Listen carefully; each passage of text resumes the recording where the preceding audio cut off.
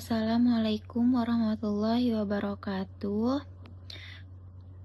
Perkenalkan, nama saya Davina Nur Safira dengan NIM 2511111132001. Hari ini saya akan menjelaskan tentang sistem uropeotik. Dosen pembimbingnya itu Dr. Oski Iliandri, Magister Kesehatan. Apa sih itu sistem uropoetik? Sistem uropoetik sendiri yaitu berfungsi untuk memproduksi dan mengeluarkan urin untuk menjaga keseimbangan cairan elektrolit, pH, serta membuang sisa metabolisme urin yang dibentuk di ginjal, lalu dikeluarkan melalui saluran kemih. Jadi, sistem uropoetik sendiri berfungsi untuk membentuk, mengumpulkan, menyimpan, dan mengeluarkan urin sebagai bagian dari proses pembuangan sisa metabolisme dan pengaturan keseimbangan cairan tubuh. Sistem ini terdiri dari ginjal sebagai organ utama yang menjaring darah dan membentuk filtrat, ureter yang mengalurkan urin ke vesika urinaria yaitu kandung kemih, serta uretra sebagai saluran akhir untuk sekresi keluar tubuh. Melalui mekanisme filtrasi, reabsorpsi, dan sekresi di ginjal, sistem uropeotik menjaga keseimbangan elektrolit seperti natrium, kalium, dan klorida, mengatur volume cairan dan tekanan darah, mempertahankan pH darah, serta membuang zat sisa seperti urea, kreatinin, dan obat-obatan. Secara keseluruhan, sistem ini berperan penting dalam homeostasis dan memastikan lingkungan internal tubuh tetap stabil agar semua organ dapat berfungsi secara normal. Organ sistem uropeotik sendiri terdiri dari ginjal, ureter, vesika urinaria, juga uretra. Ginjal adalah organ yang berbentuk kacang yang terdiri dari korteks atau nefron dan medula, yaitu piramid pelvis renalis. Darah masuk lewat arteri renalis dan keluar melalui vena renalis melalui hilus. Yang artinya sendiri, ginjal adalah sebasang organ vital yang berbentuk kacang terletak pada retroperitoneal pada sisi kanan dan sisi kiri tulang belakang di tingkat vertebra lumbal, berfungsi menyaring sekitar 180 liter filtrat darah per hari melalui jutaan nefron sebagai unit fungsionalnya. Proses filtrasi ini memungkinkan ginjal membuang zat sisa metabolisme seperti urea, kreatinin, dan kelebihan ion, sekaligus mempertahankan keseimbangan cairan elektrolit dan pH tubuh agar tetap stabil.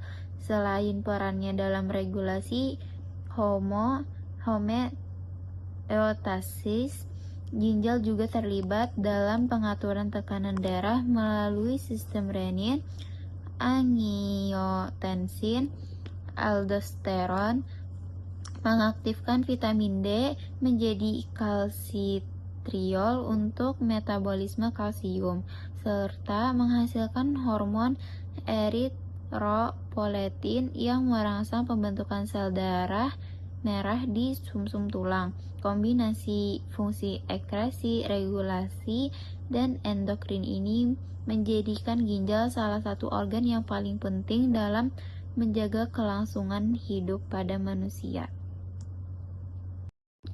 Ureter adalah saluran berotot yang memiliki panjang kurang lebih 25-30 cm yang membawa urin ke kandung kemih.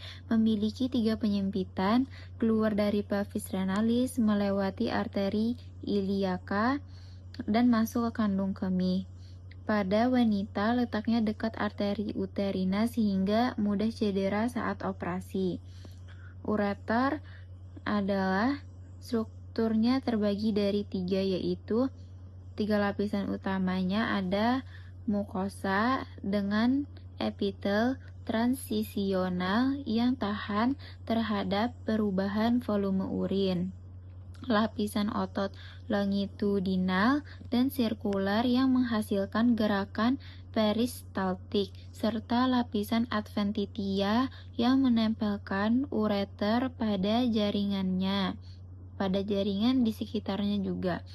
Selain fungsi transportasi, ureter juga memiliki peran penting dalam mencegah refluks urin ke ginjal melalui mekanisme katup fungsional di tempat masuknya ke kandung kemih.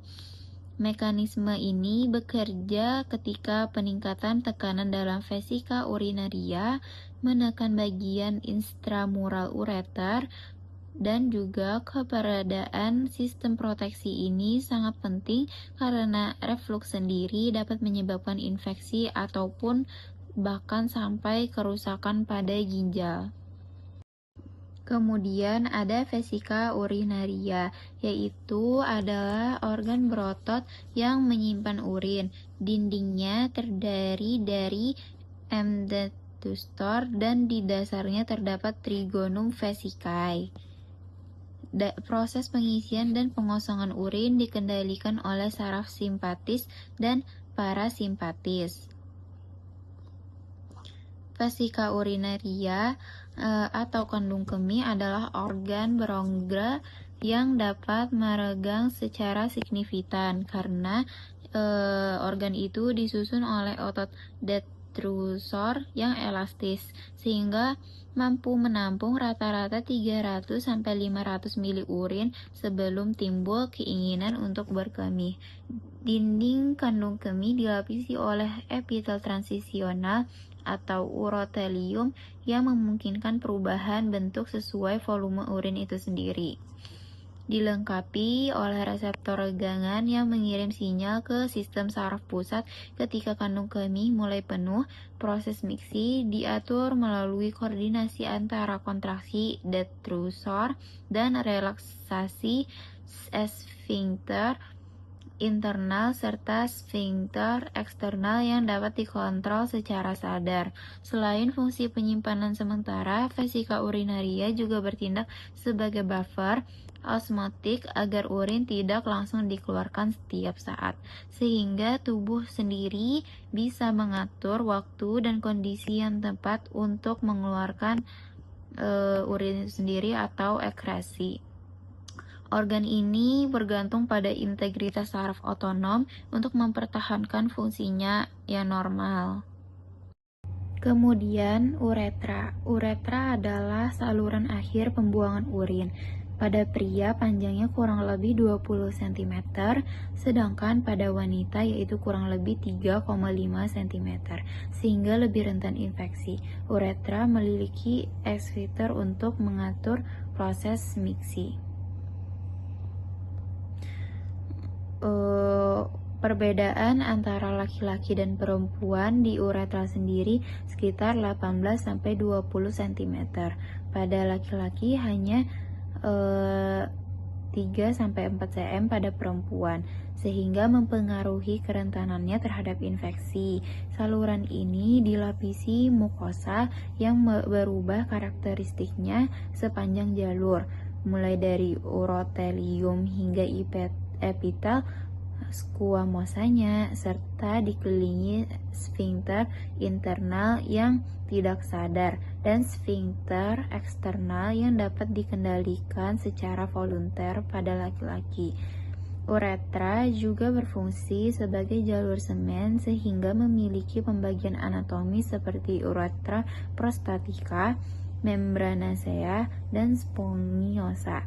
Pada proses miksi uretra bekerja sama dengan detrusor melalui koordinasi sistem saraf simpatis, parasimpatis, dan somatik untuk memungkinkan saluran urin yang lancar. Fungsinya yang ganda sebagai saluran ekresi dan pada laki-laki saluran reproduksi menjadikan uretra struktur yang penting dan harus memiliki regulasi yang ketat dan integritas jaringan yang baik.